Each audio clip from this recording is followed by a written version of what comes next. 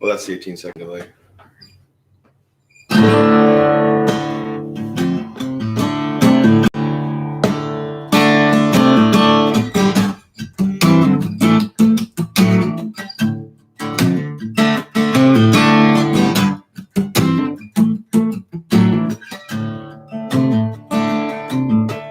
If paradise put up a parking lot with a pink hotel and a boutique and a swinging hot side, don't it always seem to go that you don't know what you got till it's gone? If paradise put up a parking lot.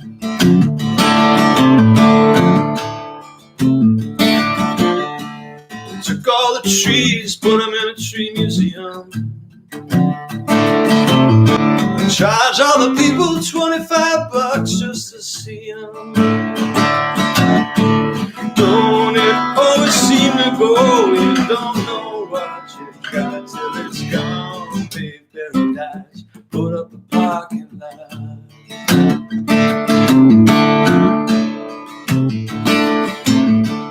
Hey, farmer, put away that DDT now. Give me spots on my apples and leave me the birds and the bees. Don't it always seem to go? You don't know what you got till it's gone. Babe, paradise, put up a parking lot.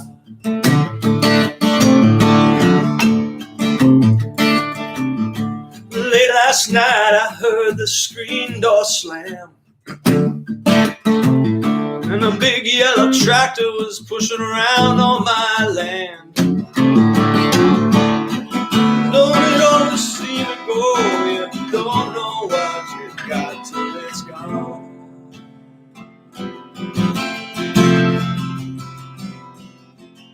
Pay paradise, put up a parking lot. Pay paradise, put up a parking lot. Oh, pay paradise, put up a parking lot. Oh, don't it always seem to go? You don't know what you got till it's gone.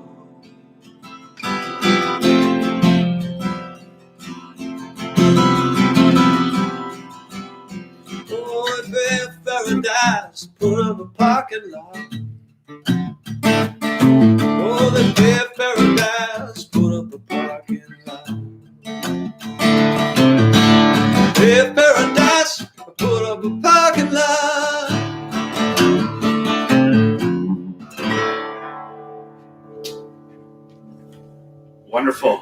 Wonderful. Hey, good morning and welcome to everyone here. Dave and I are, of course, trying to practice our social distancing here, but wanted to send a warm welcome to everyone online watching. And this morning we've got what we hope is a bit of a more normal feeling service for you. So I'm going to hand it back over to Dave. But this morning I just want to thank you for tuning in. Welcome to my living room. The Conrad Center is now closed, so this is now our live streaming home. Welcome. I hope you feel like you've come on in and taken a seat, and I'll hand it back over to Dave.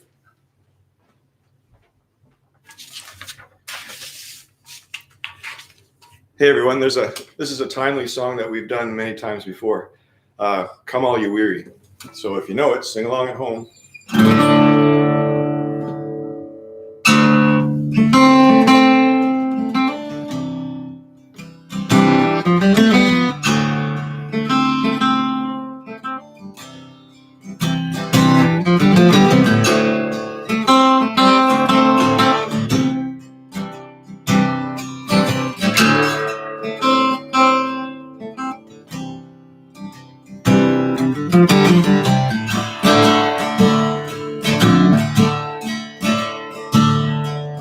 Come all you weary with your heavy loads, lay down your burdens, find rest for your souls. 'Cause my yoke is easy, my burden is kind. But take yours upon me, and you can take mine.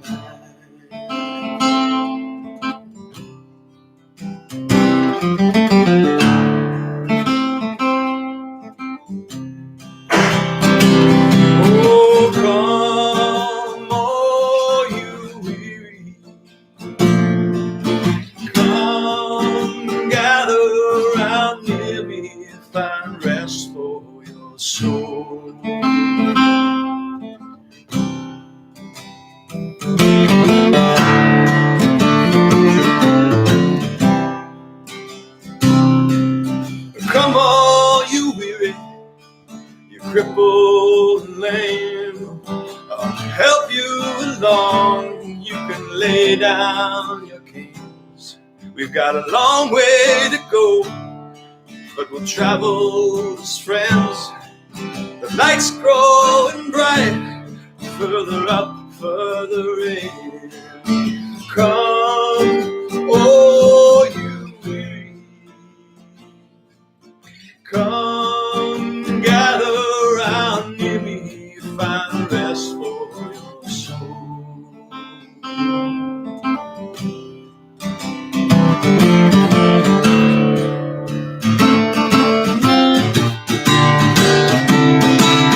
Come, oh you weary. Come, gather round near me. Come, oh you weary. Come, gather round near me, find rest for your soul.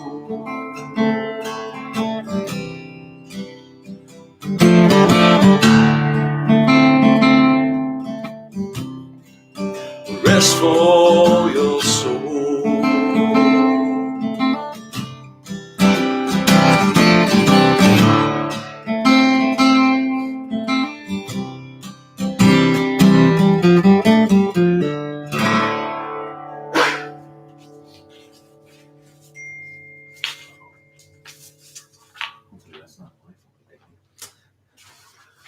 Well, good morning again, everyone.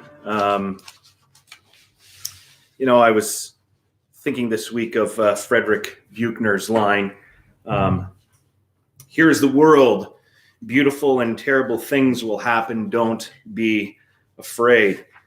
Just 7 days after I returned from a vision quest into the US Southwest, my phone began buzzing. I was having all of these texts coming in. The thing is, I have weather updates on my phone from all these places in the US Southwest, places like Kayenta and Flagstaff and Springdale. I have them set in my phone as a general precaution for when I travel and just general interstate the rest of the time. But as I looked down at my phone that day, weather warnings were going off everywhere in the US Southwest, and they all said the exact same thing: flash flood warning. Now, a flash flood is, of course, an event where low-lying areas are rapidly overwhelmed with water. I mean, they can be uncompromisingly quick. A dry ground overwhelmed with feet of fast-moving water in seconds. And, of course, at the time, I paid little attention to it because I was here in Kitchener. But I would learn the next day that tragedy had struck, as it always does in that area during the summer.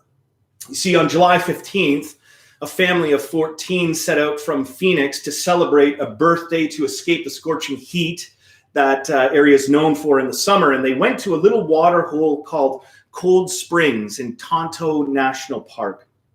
And the family of 14 ranged from 5 to 65. They had no clue the danger they had put themselves in. You see, flash flooding is common in that area. It's unpredictable during the summer monsoon season. And rain comes on so fast and furious that parched soil in the area, it simply can't absorb it all. And when this happens, water accumulates into dry stream beds, and eventually they turn into these monster floods that descend upon these narrow canyons with a ferocity. And 10 of the 14 family members would die that day. The remaining 4 plucked from the trees that they clung to. And as the survivors recounted, they were simply relaxing when suddenly a cold breeze raced down the canyon they were in, and it was followed by this roaring sound. And as they turned to look upstream, they found this massive wall of dark, thick water rushing towards them, carrying tree trunks, logs, boulders the size of small cars. And this wall of water that this particular flash flood produced, it was measured afterwards at 6 feet high and 40 feet wide. And in a moment, 3 generations of family were swept away. And the unfortunate part is this story is not unique. It happens every single year in this area. When I heard the news, I immediately looked up Craig Childs, one of my favorite authors. He's an expert on flash floods. You could hear the resignation in his words. He said this: I've spent my whole career warning people about the dangers of canyons during the season. You can't simply assume that because it's sunny where you are, that you're not in direct danger. A storm miles away can send a flash flood in your direction. Check the weather. Be prepared. Now, we don't live in an area that's, of course, prone to flash floods, so this doesn't occupy our minds, but the danger of flooding waters is, you could say, really seared into the collective human imagination. And it's no wonder that there are tales of massive floods permeating all cultures all over the earth. And throughout history, people have time and time again told stories about floods and how people responded to them. Of course, one of the most popular, one of the most famous is the story of Noah and the ark found in Genesis 6-8. And so you can probably see where I'm going with this. The moment of time we find ourselves in is like, I think, a flood few of us expected or were prepared for. Everyone's lives has been completely upended in the matter of a single week. And, I was chatting with Kristen this week. It used to boggle my mind that she was teaching students in high school who were born after 9/11. And it was bizarre for me to think about a whole generation of people living without 9/11 seared into their imaginations. And here we are, 19 years later, and the entire world has been swept up in a global crisis. But what we're seeing unfold around us, around the globe, is dwarfing 9/11 by comparison. The disruptions we're seeing, it's completely dwarfing them. We are in a flood, or as Canadians, we are on the very cusp of a flood. And so it's to the most famous of flood stories I want to focus our attention this morning. I'm going to jump around a bit, but we got to remember the stories of Genesis. They're stories that were completed in their written form, first for a people in exile, which I don't know about you, but I can suddenly relate to that a little bit more. Feels like as a church now, as a nation, as individuals, we are now in the exile of self-isolation. And so this suddenly might mean a little bit more for us. And so the book of Genesis is divided into two parts, chapters 1-11 and then 12 and what follows. And for chapters 1-11, what we find is perhaps, I would say, the most gorgeously crafted story in all of literature about the way our world looks and operates. Genesis 1-11 is this brilliant, poetic, psychological narrative that explains our human condition. It explains the way the world operates. And so the stories in the early parts of Genesis, they're not just written as an explanation of what happened, but as an explanation for what still happens. So they're archetypal. They're distilled reality, hyper reality, you could say. They're stories about the human condition that are always true. They describe what's common across all human experience. So this is what we find in Genesis 6. Noah was a righteous man, blameless among the people of his time, and he walked faithfully with God. Noah had 3 sons, Shem, Ham, and Japheth. Now the earth was corrupt in God's sight, was full of violence, and God saw how corrupt the earth had become, for all the people on earth had corrupted their ways. So God said to Noah, I'm going to put an end to all people, for the earth is filled with violence because of them. I'm surely going to destroy both them and the earth. So make yourself an ark of cypress wood.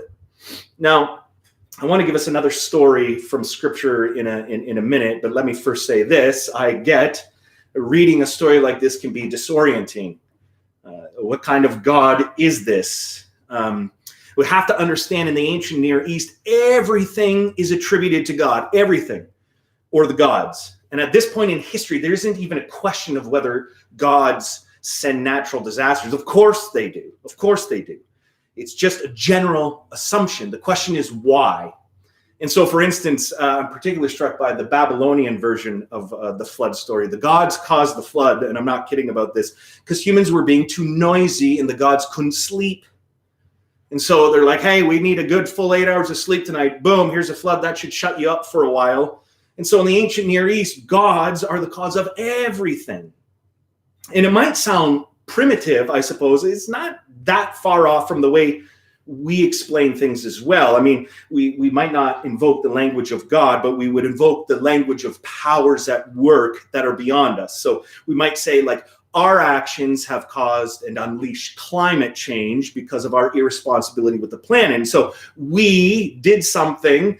Powers beyond us are not happy. We better do something to atone for it, to fix it. And so there's a similar logic at work. Something beyond us is not happy with what we've done. And I want to address in a moment the way God does feel about us right now. But for a moment, allow yourself the freedom to see this story as archetypal. And if you can allow yourself the freedom to see this story as more than just an explanation of what happened, then suddenly the story becomes more real and contains a very obvious warning. Of course, the warning is this: the flood is coming. It's coming. And so it's not just a story about what happened, but about what happens. Floods happen. You can be sure of it. Flood is coming our way, whether we know it or not. It's coming. And I think what we're realizing with this COVID-19 crisis is this truth. It doesn't matter who you are or what your status in life is. There will be situations in our life where a flood or chaos is unleashed upon us. It's going to happen to you and to me, and it seems like it's happening to all of us at the moment. And in the Noah story, what follows is a rather interesting description of all the things Noah did to build a boat, an ark, which he does. And then, of course, he rides out the storm for 150 days. But the point to me seems to be this, that the flood is coming. And when it does, we're going to want to know how to build a boat to get through it. The story seems to be about how you manage a flood so that you have a fighting chance to move through it and pick up the pieces after. You know, many years ago now, when I was visiting Uganda, I had the opportunity to go whitewater rafting on the Nile River. And these are class 5 rapids. This is just an all-around frightening experience. And so a bunch of us, we loaded ourselves into this rubber dinghy boat, and away we went. And of course, it was a lot of fun, terrifying and fun sometimes mix. And we were approaching a certain rapid, and the guide said to us, "Now, you don't want to fall out of the boat here. This one you're going to want to hang on." He said, "So we're going to hit a few rapids, and then there's a waterfall, and we don't want to go over the waterfall. So I'm going to tell you to paddle real hard when we hit a certain point, and we're going to avoid it and go around it." Well, all I can say is this: the river was angry that day, my friends, like an old man returning soup to a deli. And we approach the waterfalls, and there's water everywhere. We're getting soaked and hanging on and trying to do our best. And finally the moment comes: paddle, paddle, paddle, paddle. Of course, we all did our part, but suddenly the guide says, "Too late, everybody hold on, we're going over the waterfalls." We all clung on, and as we dropped over the waterfall, I could not hold my bearings. I was swept out of the raft. My friends, there have been very few times I've been that terrified. The waterfall kept pushing me under. I would surface to get a breath of air, only to be pushed down again, up. It was like I was in a washing machine, this repeated cycle. And I could see the boat trying to get me, but I was completely helpless. Somebody help me. Finally, a kayaker came over, plucked me, and returned me to the boat. I was saved. And, you know, I've been thinking about that right now, because one of the things they say to you when you're whitewater rafting is make sure you stay in the boat. And here's the thing: as I think about the flood we're facing right now, we can attribute this flood, this crisis, to anything we want: the universe, fate, chance, chaos, whatever you want to call it. But the story is screaming to us there are times when our lives are going to get completely washed out. When that happens, you better hope you have a boat to be in. And I tell you, when we allow this story to speak archetypally, man, it feels powerful to me. Because what the story is about is this: the flood is coming. And what do you do when it comes? You prepare. Prepare, you build a boat, you find a boat. But you know, here's the thing. As humans, we're not particularly good at that. It can be short-sighted. And it even seems with this current crisis, that's exactly what has happened. I mean, like many of you, probably read over 1,000 articles about this COVID crisis, this pandemic we're in right now. And I was completely struck this week by an article I was reading. Was an interview with a man named Johann Netz. He's a professor of virology. Oh my goodness, messed that one up. Sorry, make fun of me. President also as well of the International Society for Antiviral Research. And in his interview, he claims we missed a huge opportunity to prepare after the SARS outbreak of 2003. He said this: if we had invested starting in 2003 in the SARS epidemic, looking for a medication that would be active against coronas, by now we could have had a stockpile that would have been active against this new one. Or Larry Brilliant, that's his actual name. Brilliant's his last name.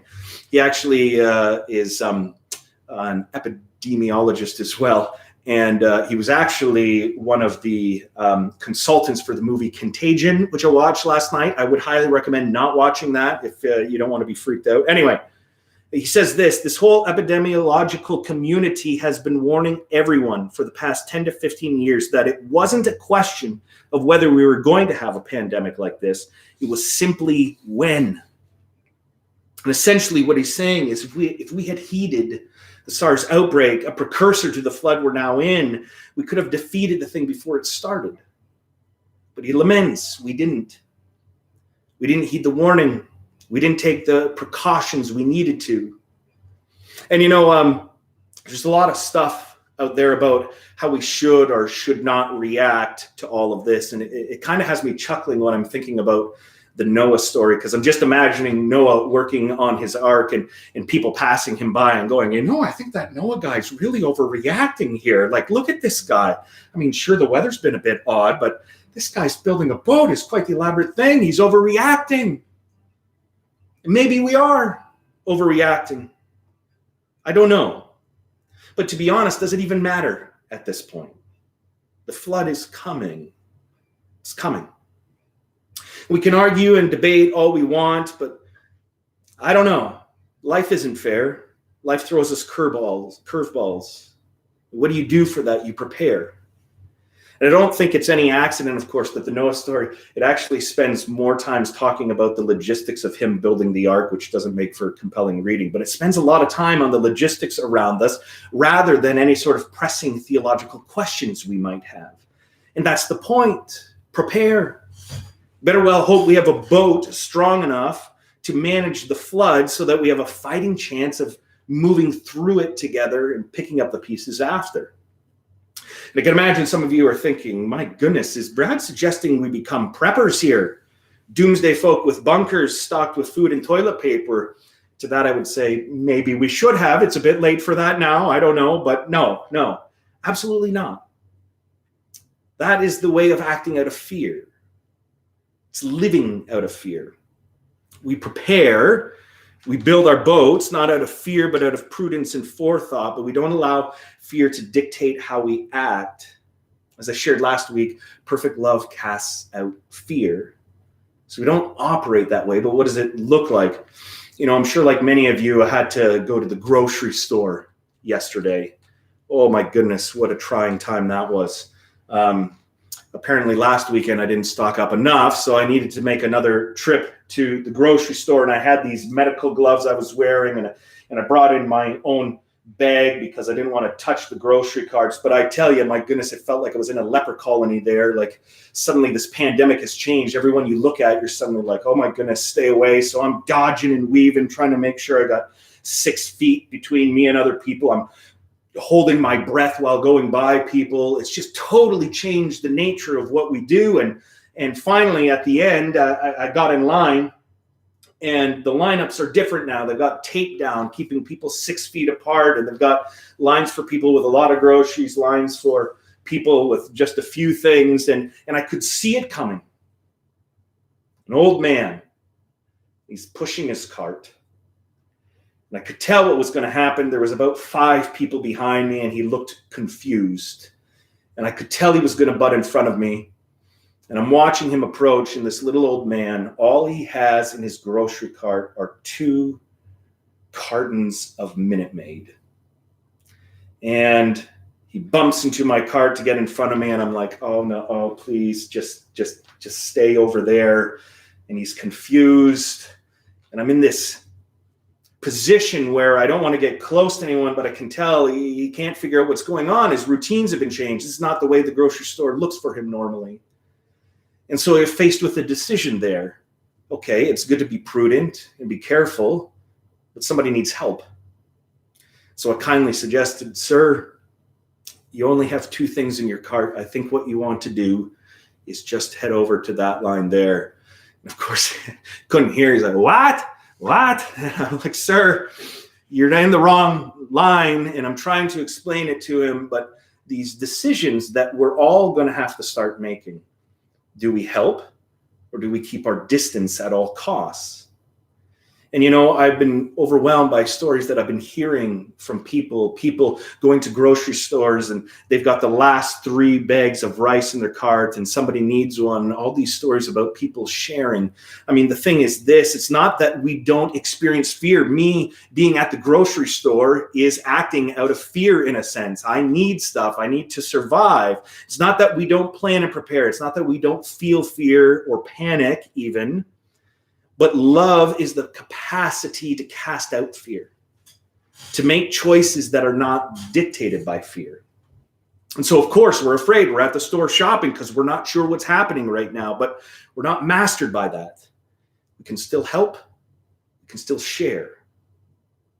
And sharing and helping during these anxious times is what Scripture refers to by perfect love casting out fear. Sharing, I would say, is an exorcism. It's how we break the power of the devil, you could say, during COVID-19. And so we prepare and we build our boats during the floods. We don't allow fear to master the decisions we make. But what is this boat that I've been referring to? What does that look like? What does preparing look like? Well, I want to take you to a story in Scripture. It's one that I find telling. I was originally going to preach on this last Sunday. I thought I would save it for today. I've come to think that the defining moment of Jesus' life comes at the very beginning of his ministry. Jesus hasn't done a thing. He's done nothing yet. And then he goes to be baptized. And in that moment, Jesus hears God say to him, "You are my blessed son, and I take delight in you." And Jesus was seen by God, given blessing and delight. And it wasn't just that Jesus heard God say, "I'm God and I approve of this man's message." No, it was, "I see you and I find you delightful. You bring me joy." These words, I think, from God, they formed and defined Jesus' self-consciousness. It was knowing that allowed him to bless and delight in others. It was knowing that and internalizing that message that allowed him to say, "Blessed are those who are poor and meek and persecuted." So this to me brings us back to the flood story. What does God think of us in all of this? And it's easy to read a story like that and think, "Whoa, this God is unpredictable." But the beauty of the Christian path is we see all of Scripture and all of life through the Jesus lens.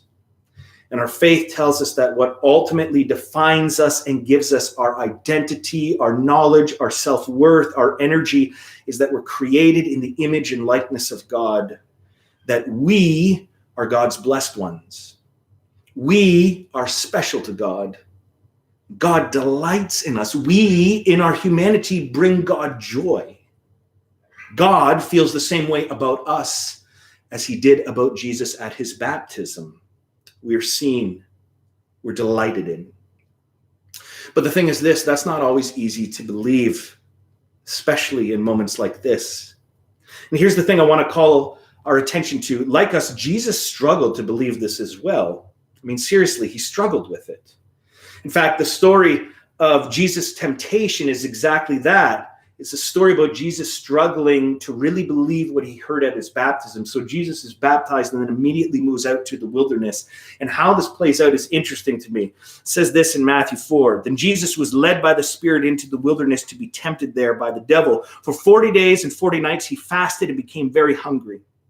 And during that time the devil came and said to him, 'If you are the Son of God, tell these stones to become loaves of bread.'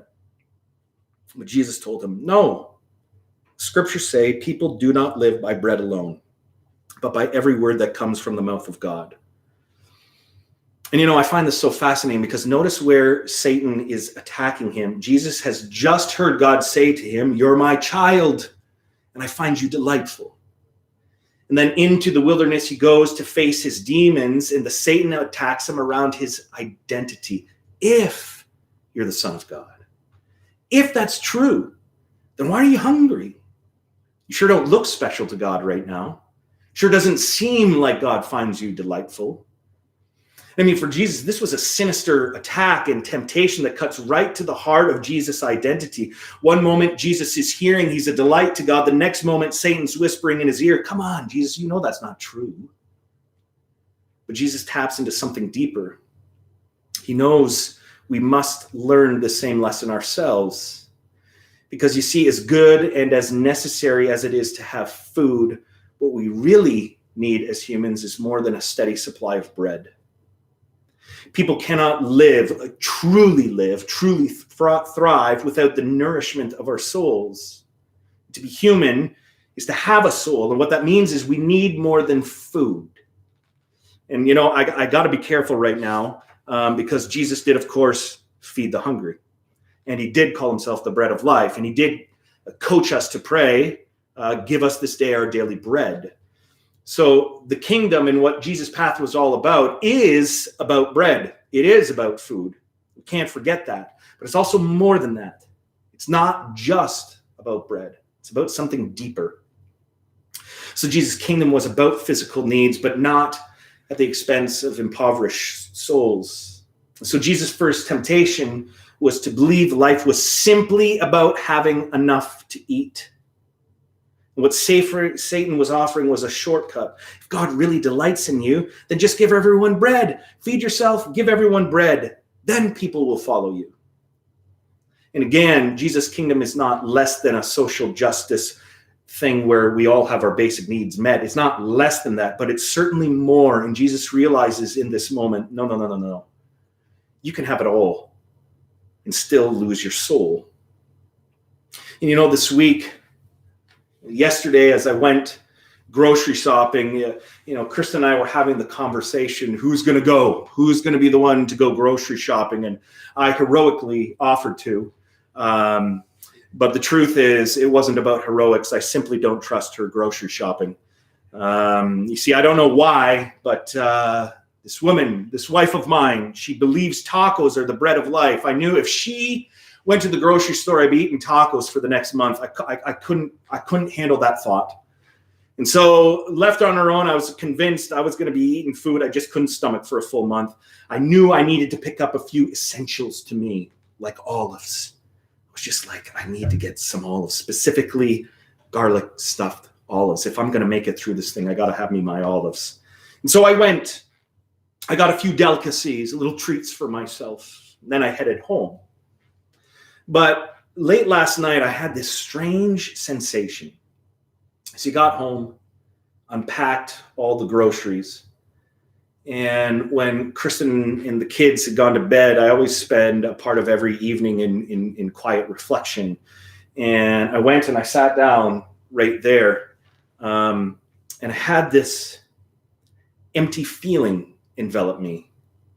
Because I thought about my full fridge over there and my full pantry, my wife and kids asleep and safe for the time being. But then there was this thought, now what? And I sat there and it suddenly dawned on me, I have everything I need right now, materially, physically, and yet I've lost something in the midst of it all. And oftentimes in the evenings when I'm reflecting, I'll sometimes listen to music. And I found myself listening to Joni Mitchell's Big Yellow Taxi. You don't know what you've got till it's gone. And with that line echoing in my head, I reflected upon all that I had that's now gone, at least for the time being. I was thinking about, this is our second week now, meeting via live stream. And absent meeting each other Sunday morning, and I was hit with this profound feeling. I don't think I realized just how much that nourishes my soul. I didn't realize until this week that the simple act of seeing each other, being seen by others, the small acts on Sunday mornings where we share a laugh and we shake hands and maybe we exchange quick and rather trivial details about our lives. It might not be anything significant, but just those small acts of seeing each other, being seen. Oh, I realized how much that nourishes my soul. I was reminded bread alone is not enough. Or friends, I don't know about you, but I have certain friends that I see almost every week. And now I can't. And I didn't realize just how much that nourishes my soul, and there are times when you're with friends when things are deep and serious and they're really soul giving. But more than that, with friends, oftentimes it's simply sharing meals while kids are running around and it's chaotic. With other friends, it's sharing maybe a few bottles of wine, playing a game of darts. And you don't realize until it's gone how much that nourishes you. You don't realize how meaningful and life-giving and nourishing those things are. Bread alone isn't enough. Or just this week, I was forced, of course, all of us have been to do meetings online. And I had both a meeting with our leadership team and our staff team over Google Hangouts. And, everyone's trying to adapt. But what I didn't realize until we were in that forum is just how much my soul is nourished by being in the room with people on leadership and being in the same room with people on staff. And until that's gone, I didn't realize how much that energizes me, gives me vitality in life. Or, of course, about some of my close pastor friends, and we're all trying to figure this out together. And I had suggested early in the week, so you don't think I'm too careless, but I had said to them, my goodness, these are trying times, friends. We should get together, have a meeting.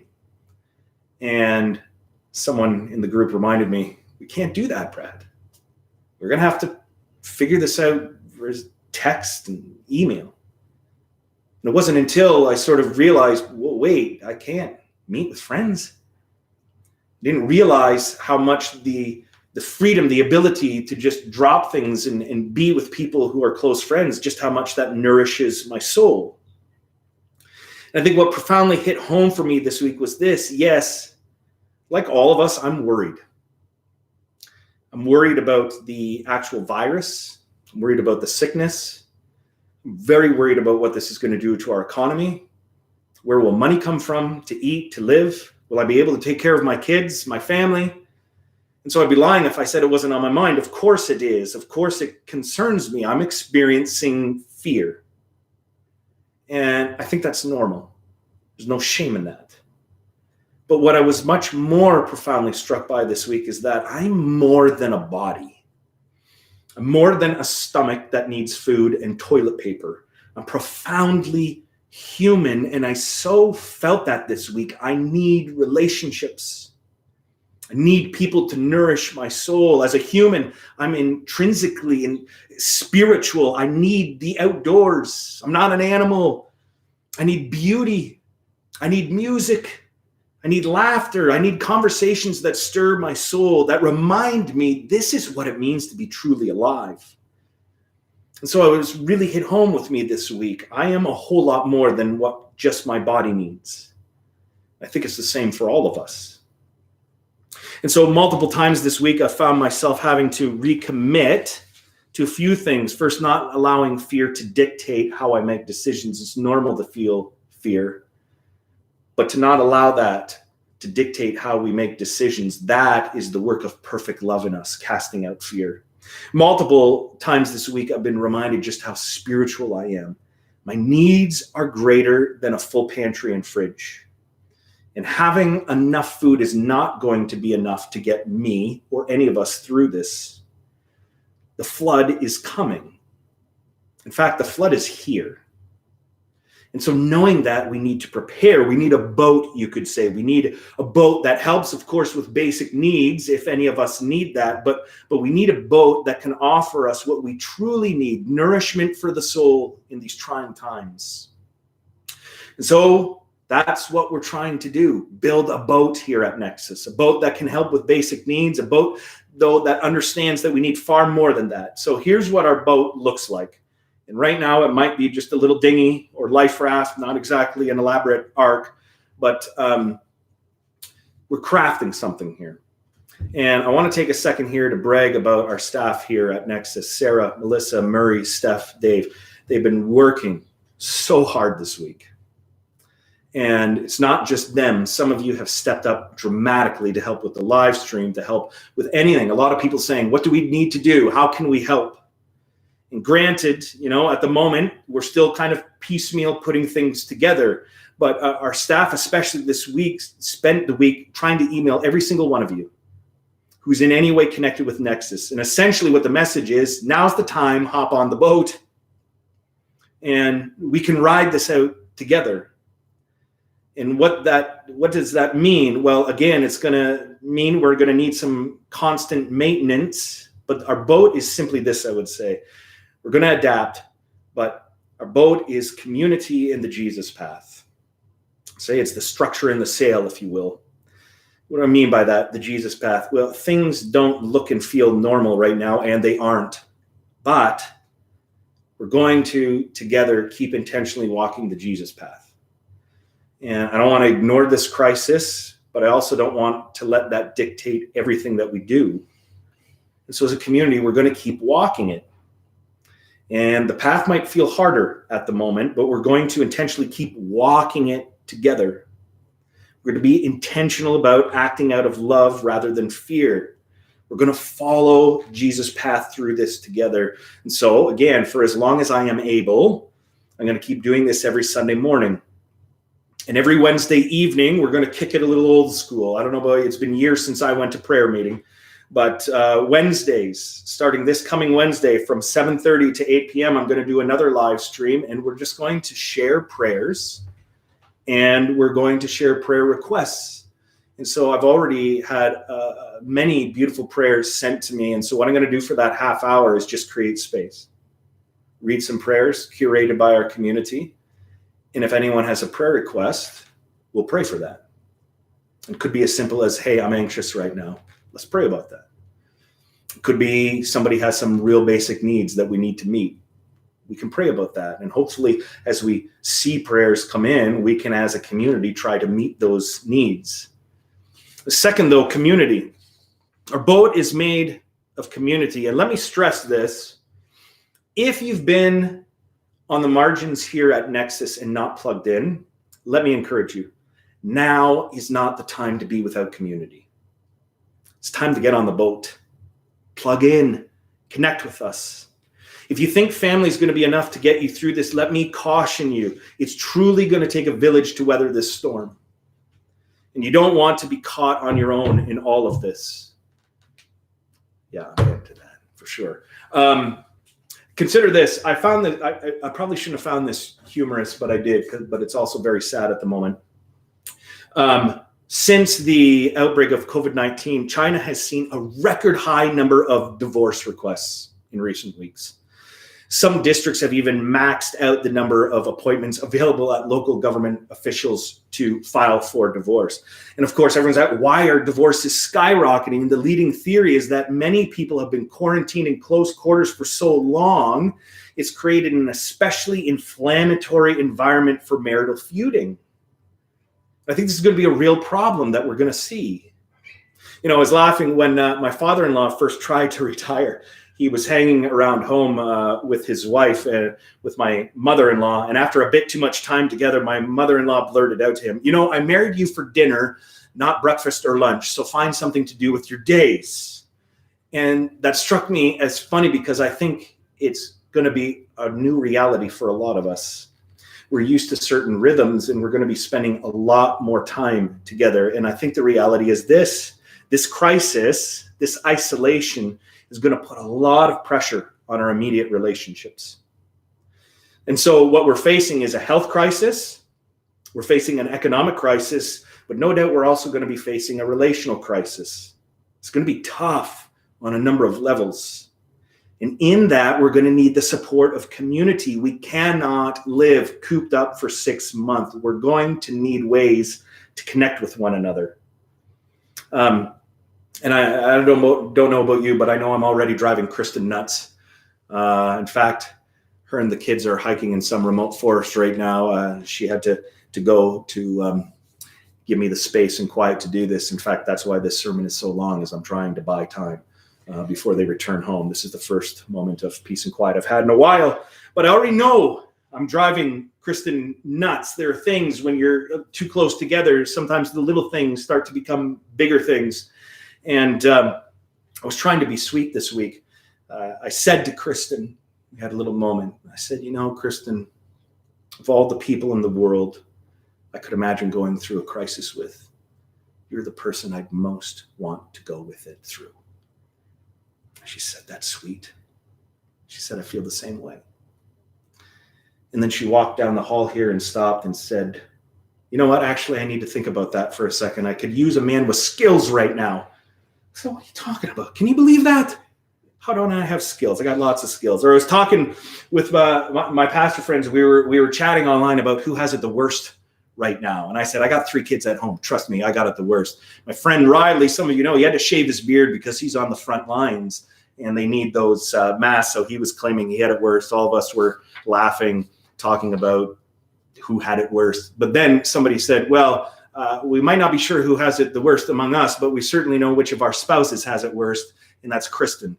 And I said, well, that's a real vote of confidence from you guys. Thanks, fellas. Why is that? I don't know. Apparently, everybody seems to know it would be a real drag being married to me. So pray for Kristen and I. We're going to need it. But all of us are going to need it.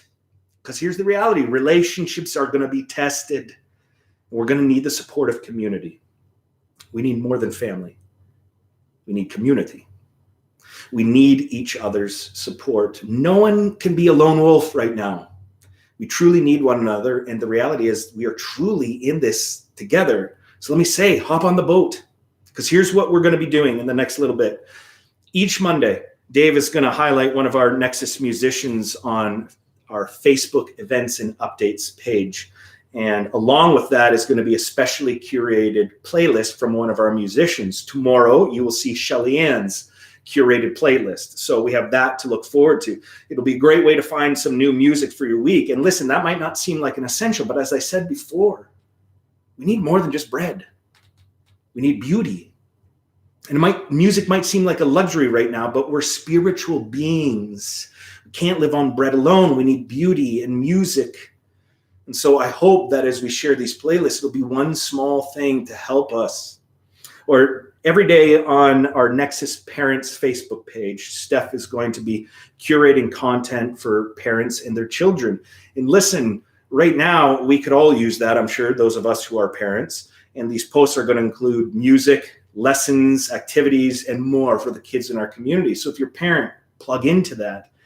Nexus Caremongering. Every day on our Nexus events and updates page, Melissa Bowman is going to be sharing the most helpful information we can find, because I'm sure you all know we're overwhelmed with information right now. But she's also going to be asking about communal needs, highlighting local helps within our community so we can access those easier. And then through it all, we're going to try some hanging out online. We're hoping to use the Discord app to keep us connected. It's fairly intuitive. There's a link to it in the Nexus Weekly. But once there, what we're trying to create there is simply some spaces for our community to talk and text and verbally communicate with one another. And there's a number of different ways we can take advantage of that. For instance, I'm looking for fellow Survivor fans to watch and text with me on Wednesday nights during Survivor. Boy, was this past week a big one. I don't want to spoil it for anyone, but I would love to be chatting with people through that. So there's that. I'm already playing games with people online, chatting, doing trivia. We had a great time Friday night. I hope you will connect and join in with that as well. You can get a drink, log on. We can all sort of do what we can in these unusual times. I'm going to ask Dave to come and share a final song with us. And then I'm just going to close in prayer after that. And it looks like things have been happening online. Check that out after, but I'm going to hand it over to Dave, and then I'll come and close us in prayer.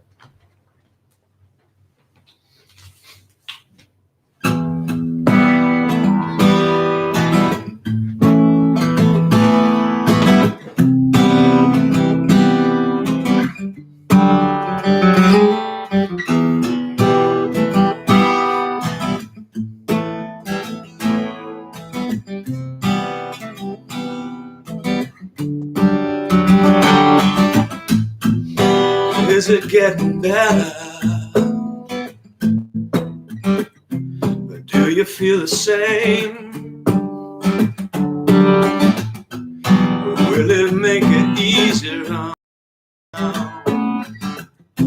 you? Got someone to blame. You say one love, one life, when it's one need in the night. One love, we get to share it. It leaves you, baby, if you don't care for it.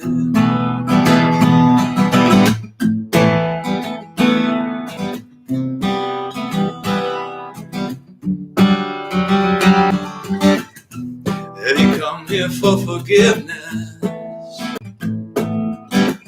Have you come to raise the dead? Have you come here to play Jesus to the lepers in your head? Did I ask too much? More than a lot. Gave me nothing, now it's all I got. One, but we're not the same. No, hurt each other, do it again. You say love is a temple, love the higher law. Love is a temple, love the higher law. Asked me to enter, then you make me crawl. But I can't be holding on to what you got when all you got is hurt. One love, one blood, one life. You got to do what you should. One life with each other, sisters and brothers. One life, but we're not the same. We get to carry each other, carry each other. One,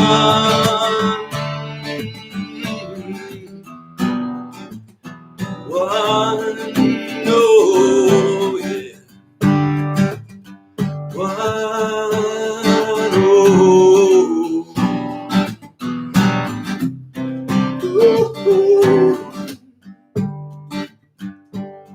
one, but we're not the same. We get to carry each other, carry each other. One.